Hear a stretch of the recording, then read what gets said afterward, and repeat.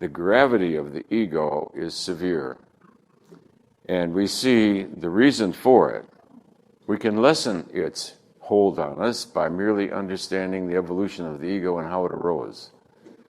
And so we recapitulate now each lecture. I've found it's very useful.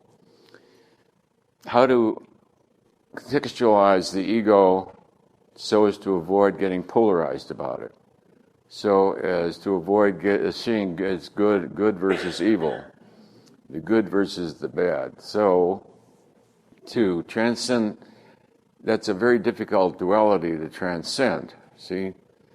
Because the mind creates positionalities, and now you have a duality to transcend. And those traditionally are the dragons that stand and guard the gates of truth. Each one of them represents. So I tend to teach things backwards now. I start with the end and go to the front. And that saves a lot of time.